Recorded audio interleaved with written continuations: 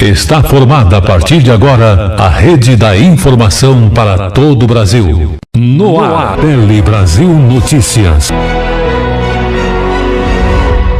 Estamos iniciando o Tele Brasil Notícias dessa semana, sempre lembrando que você encontra informações dessa semana e também da semana anterior no nosso Tele Brasil Notícias. E você pode acompanhar mais detalhes através também do Facebook, Jornal Tele Brasil Notícias ou mesmo no YouTube.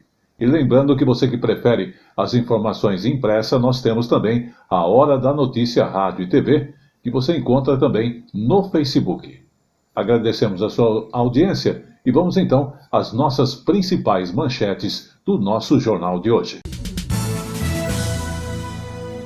Leilão de 15 aeroportos garantiu mais de 7 bilhões na economia.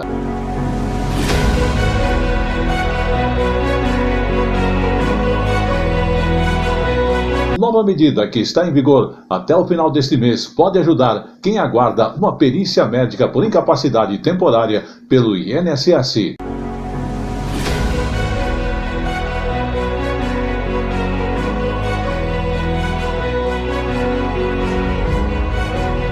Agricultor familiar poderá renegociar dívidas com débitos bancários com desconto de até 95%.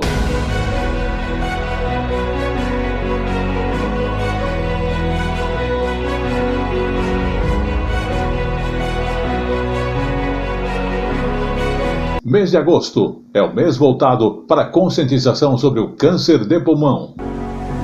Museu do Ipiranga, em São Paulo, se prepara para reabrir as portas no bicentenário da Independência.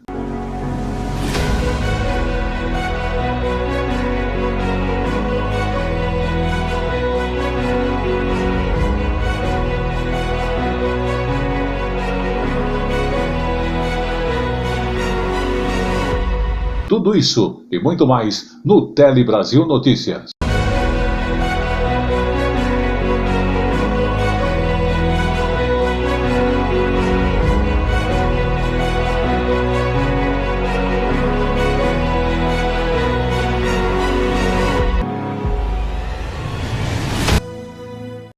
Levanta a mão! Diariamente, o Brasil e o mundo contra o crime. No Polícia em Ação. Confira. O leilão de 15 aeroportos na Bolsa de Valores de São Paulo garantiu mais de 7 bilhões em investimentos para os próximos 30 anos. Vamos conferir. Ao todo, 15 aeroportos foram concedidos à iniciativa privada. Um leilão super bem sucedido. Nós estamos buscando aqui prover infraestrutura de qualidade, prover aeroportos de qualidade em todo o país. O leilão foi agrupado em 3 blocos, um deles o da aviação geral, formado pelos aeroportos de Campo de Marte, em São Paulo, que abriga a maior frota de helicópteros do país, e de Jacarepaguá, no Rio de Janeiro, ambos utilizados principalmente para aviação executiva. O bloco foi adquirido pela XP Infra pelo valor de R$ 141.400.000, ágil de 0,01%. Um segundo bloco, o Norte 2, composto pelos aeroportos de Belém e Macapá, foi adquirido pelo consórcio Novo Norte Aeroportos pelo valor de R$ 125 milhões, ágil de 119,78%. E o terceiro e principal bloco, formado por aeroportos de Minas Gerais, Mato Grosso do Sul, Pará e o aeroporto de Congonhas, em São Paulo, um dos mais movimentados do país, com quase 61 mil passageiros por dia e cerca de 600 voos diários, números pré-pandemia. O bloco foi adquirido pelo grupo espanhol AENA Internacional, pelo valor de R$ 2.450.000.000, ágil de 231,02%.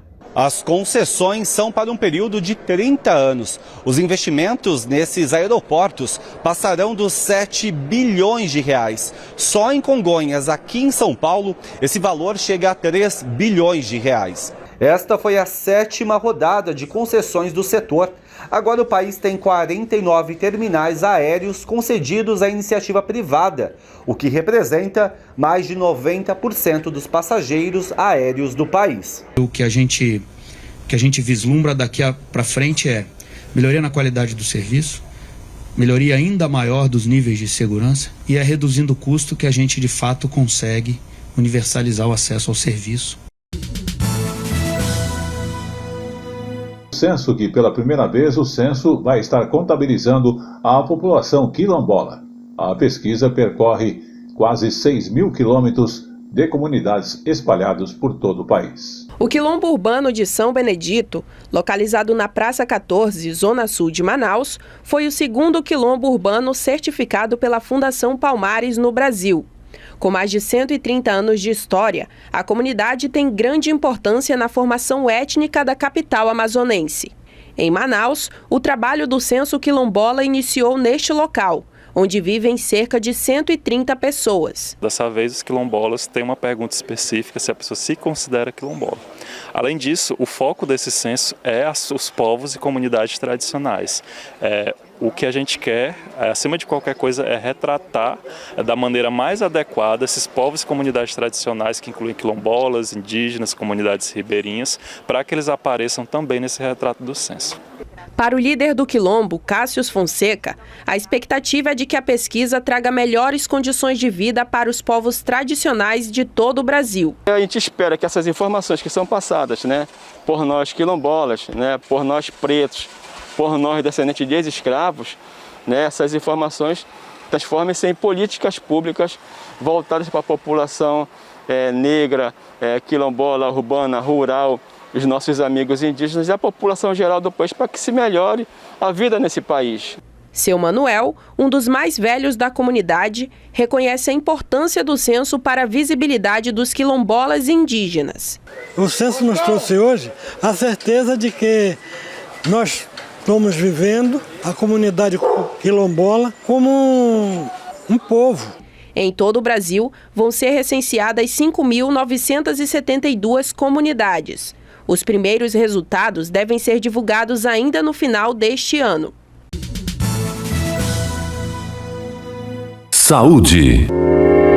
Vamos falar agora de saúde, porque esse mês há uma nova medida que está em vigor até o final deste mês e pode ajudar a quem aguarda a sua perícia médica para testar a incapacidade temporária no INSS. O objetivo é agilizar o processo para quem está esperando há mais de 30 dias. A proposta é que laudos e atestados médicos possam substituir as perícias médicas, uma das principais causas do atraso para a liberação do benefício. A análise documental online pode ser solicitada no caso de o segurado estar há mais de 30 dias aguardando a marcação da perícia. Esse relatório médico ele pode ter no máximo 30 dias, desde a data que ele foi emitido até a data que o segurado vai fazer o pedido do benefício. E é importante que esse relatório ele venha descrevendo qual que é a doença ou o acidente ali que aquele segurado sofreu e que acarretou uma incapacidade para o trabalho. Tem que vir, de preferência, com o CID, e também é importante constar o período em que esse segurado precisa ficar afastado do trabalho. O segurado deve ficar atento, porque existem algumas restrições quanto à concessão pela análise documental. O máximo de tempo que esse segurado vai conseguir esse afastamento via análise documental sem perícia presencial é por 90 dias. Se ele estiver solicitando ali um benefício de auxílio acidente, que é um benefício decorrente de um acidente que deixou uma sequela que reduziu a capacidade laborativa do trabalhador, aí ele não vai conseguir fazer via análise documental. Esse procedimento que dispensa a perícia médica estará em vigor até o final deste mês, podendo ser prorrogado a critério do INSS. Vamos falar agora com você que é o agricultor familiar, porque você poderá renegociar débitos bancários com desconto de até 95%. A agricultura familiar representa 84,4% das propriedades rurais do país. São milhares de famílias que tiram o sustento do que produzem em pequenos lotes de terra. E, segundo o governo, esses brasileiros são responsáveis por 70% dos alimentos que chegam à nossa mesa. O programa de quitação de dívidas rurais, regulamentado pelo Ministério da Economia, prevê descontos de 60% a 95% para o agricultor que pagar tudo o que deve numa única vez. Quanto maior o crédito, menor o desconto.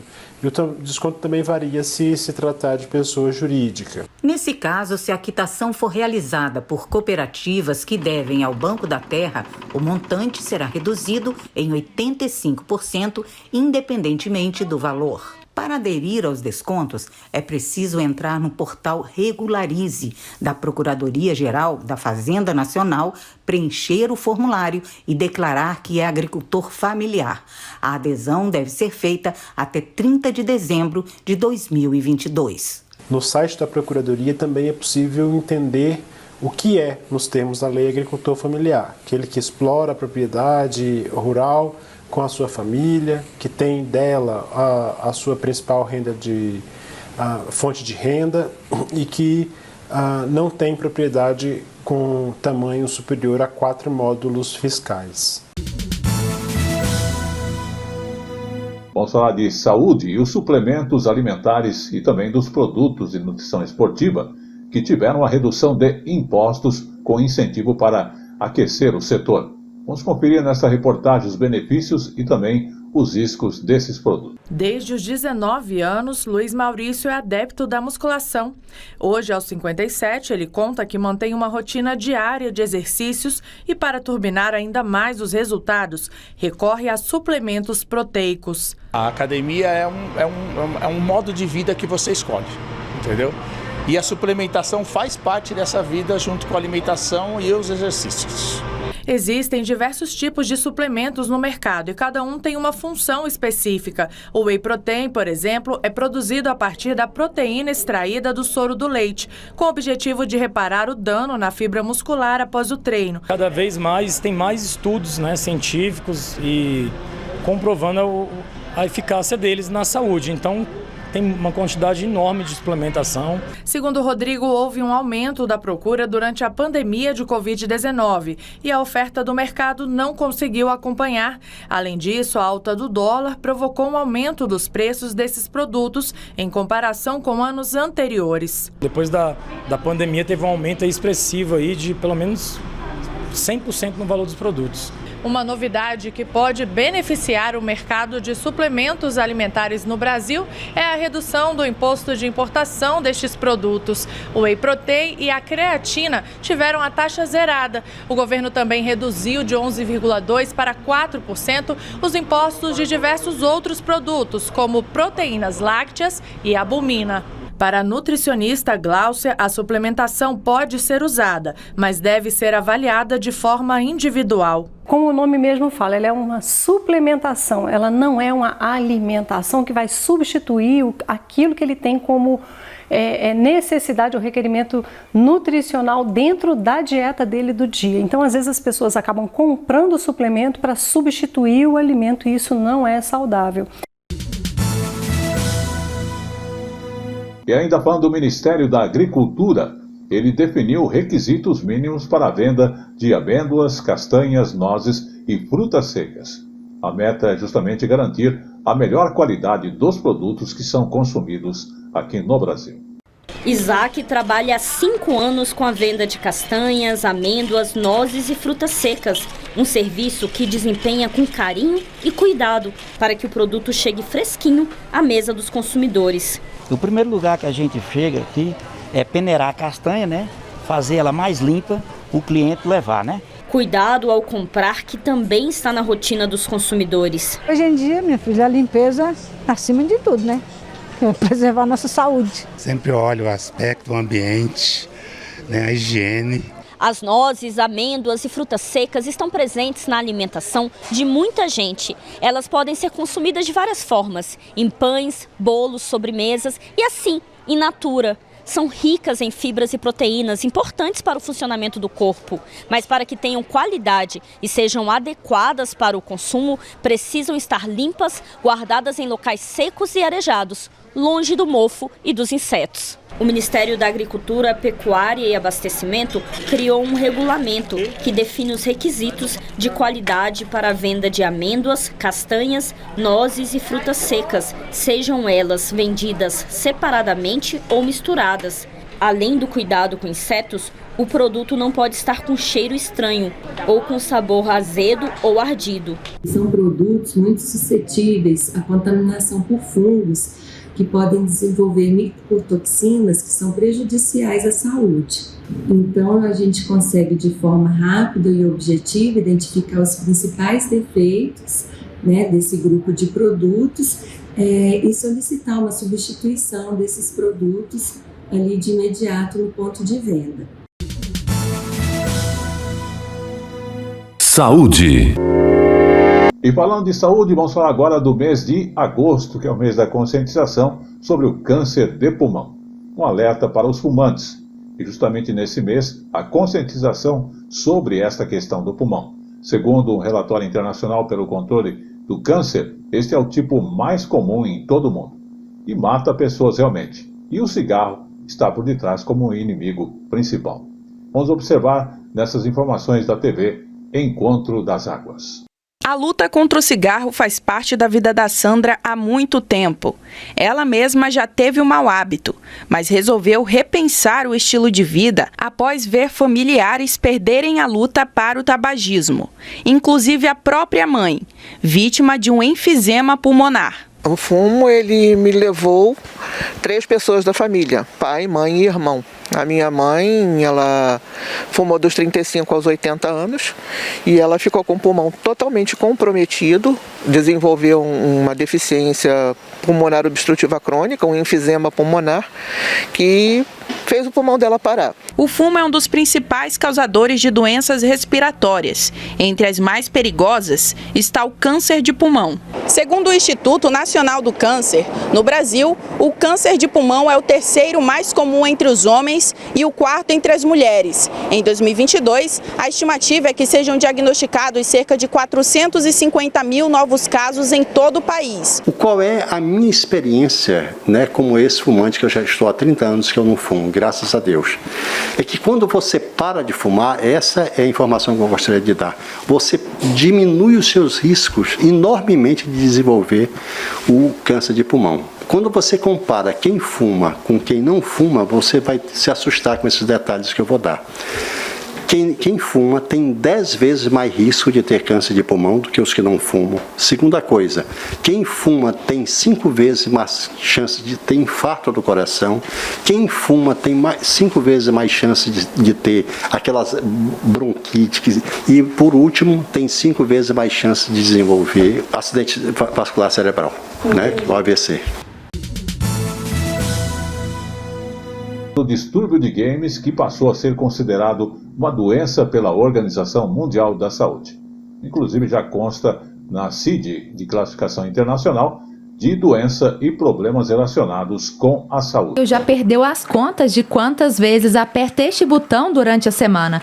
Ele coleciona pelo menos 45 jogos de videogame e mais de 1.350 horas online em menos de 2 anos. Parece muito, mas ele admite que está longe do que jogava antes. Porque a gente vai ficando mais velho, vai tendo mais responsabilidade, trabalhando, estudando, e a gente acaba que não tem tempo. Mas o tempo livre que a gente tem é sempre jogando. Os especialistas apontam que há uma grande diferença entre ser um jogador entusiasmado e ser um viciado. Identificar é fácil. A pessoa não consegue parar de jogar e começa a ter prejuízos na vida fora da tela.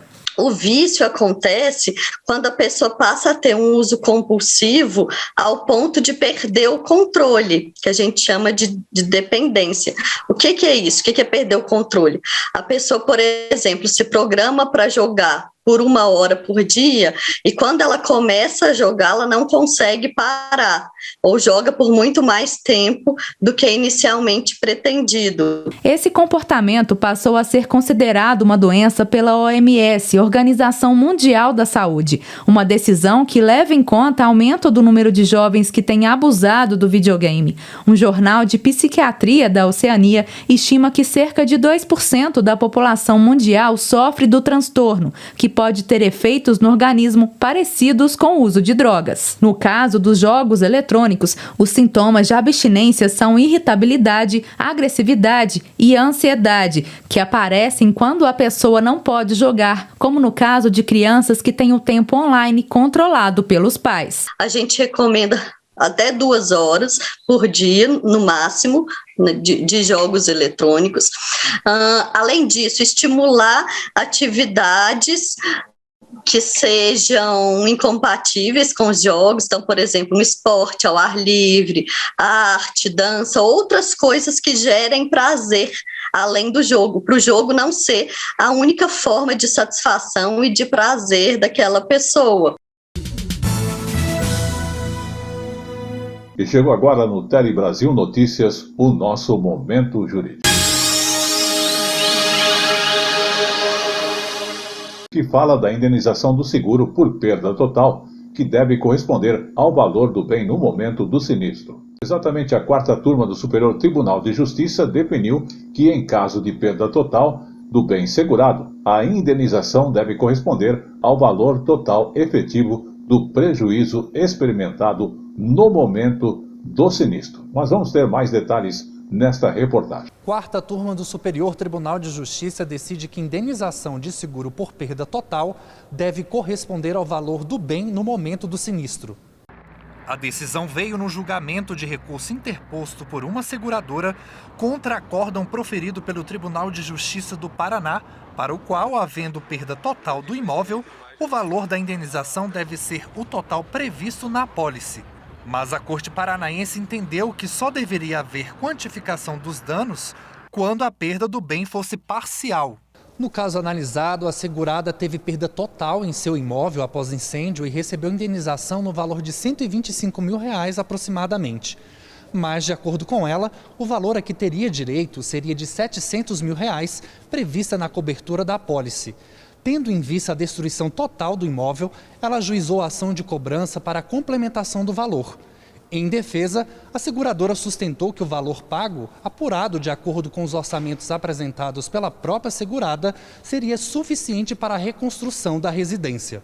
O relator na 4ª turma, ministro Antônio Carlos Ferreira, considerou que a vigência do Código Civil de 1916 seria devido o valor integral da apólice na hipótese de perda total do imóvel em razão de incêndio. Entretanto, ele observou que o Código Civil de 2002 incluiu o princípio indenitário nos contratos de seguro de dano, impedindo o pagamento de indenização em valor superior ao interesse segurado no momento do sinistro, justamente com o objetivo de evitar que o segurado obtenha lucro com o incidente. Dessa forma, o magistrado ressaltou que foram estabelecidos 2 tetos limitadores do valor a ser pago a título de indenização: o valor do interesse segurado e o limite máximo da garantia prevista na apólice. Sendo assim, ficou mantido o valor do bem no momento do sinistro.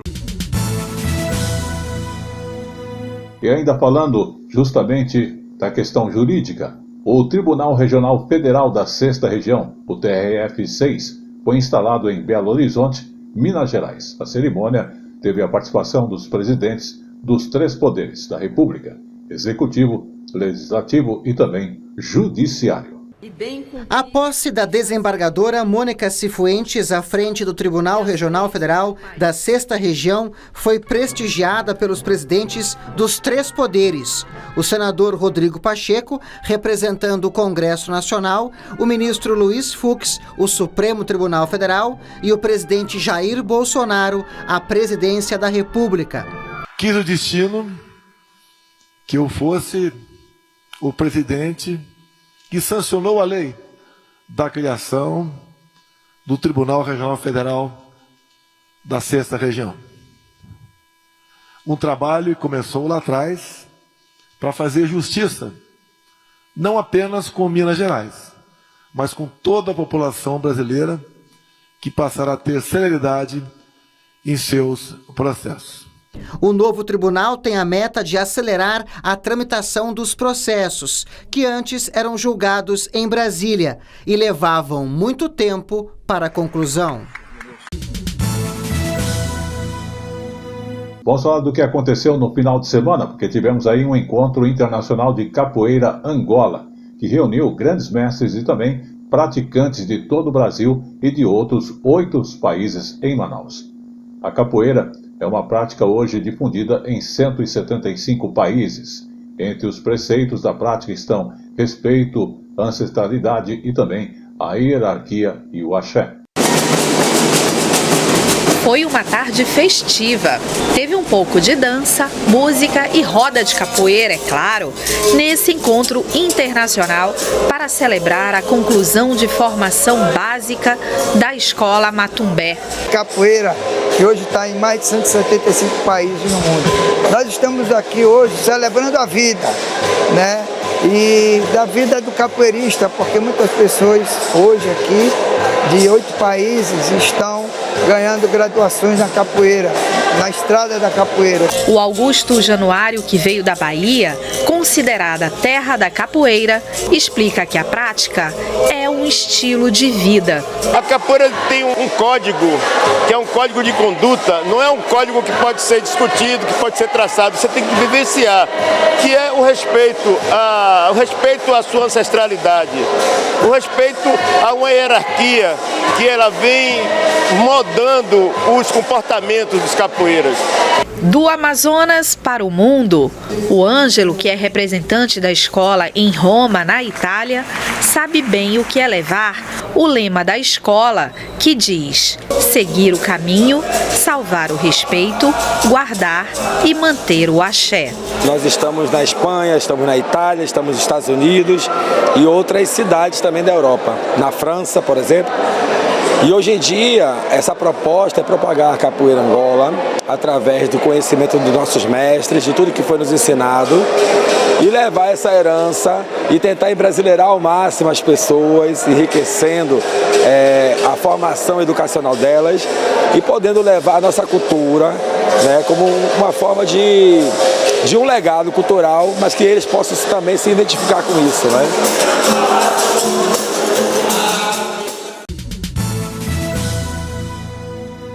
Tudo que é bom dura pouco, e o Tele Brasil Notícias agradece a sua audiência. Também não esqueça de nos acompanhar sempre pelo YouTube. E antes de encerrarmos, vamos falar do Museu do Ipiranga em São Paulo, que é o símbolo da nossa história brasileira e está se preparando para reabrir a porta agora no bicentenário da independência.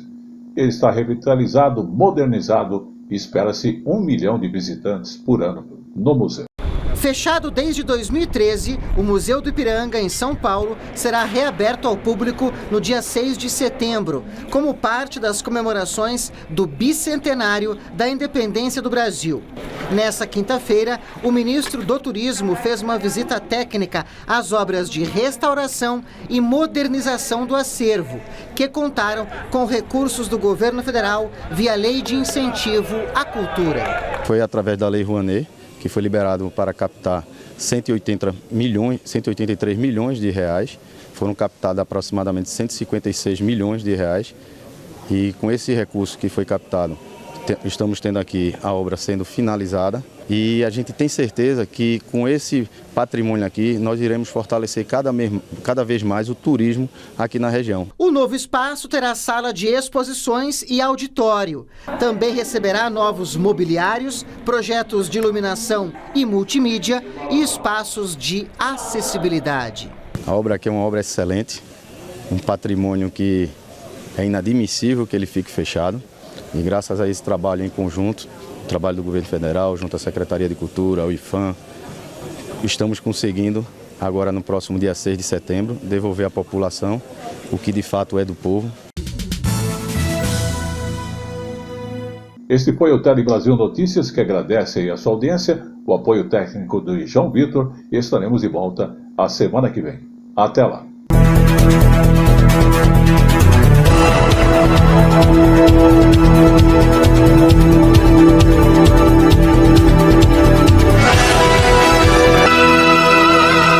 Tele Brasil Notícias.